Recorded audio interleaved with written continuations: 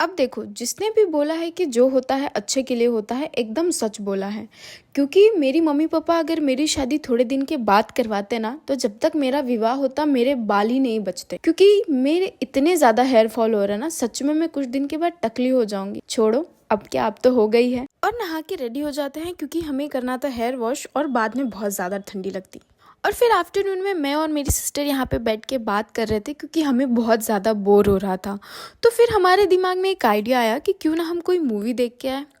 फिर उसके बाद याद आया कि आज शाम को तो मटकोर है, तो हम कहीं भी बाहर नहीं जा सकते। फिर सोचा रहने ही दो, मटकोर के लिए रेडी हो जाते हैं। और यहाँ पे मैं मटकोर के लिए रेडी हो चुकी हूँ और लग रही हूँ ना एकदम सुशील संस्कारी बिहारी बहू। वैसे मैं हूँ भी। और अब मैं आपको मिलाती हूँ हमारी सेकेंड ब्राइड से। तो ये थी हमारी क्यूट सी ब्राइड। और फिर मटकोर पूजा करने के लिए हम नदी पे आ गए थे और यहाँ पे रस्में हो रही थी जो कि ब्राइड कर रही थी। और ये जो रस्म है ना, ये मैंने आपको फर्स्ट वाले मटकोर में नहीं दिखाया था क्योंकि मैं रिकॉर्ड करना भूल गई थी।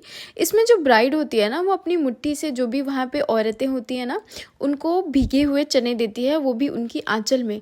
मुझे नहीं पता क्यों देती है, बट जब मुझे दिया गया था तो मैंने तो खा लिया। अगर आप बिहार से हो और आपको पता है तो मुझे कमेंट में जरूर बताना कि ये क्यों करते हैं। और फिर नदी से आने के बाद यहाँ पे मिट्टी काट रहे थे क्योंकि उसका चूल्हा बनाया जाएगा और उस पर लावा भूजते हैं। ये जो रस्म होती है वो ब्राइड की बुआ या फिर बहन ही करती हैं, तो यहाँ पे ब्राइड की बड़ी दीदी कर रही थी। और फिर हमने किया यहाँ पे बहुत सारा डांस।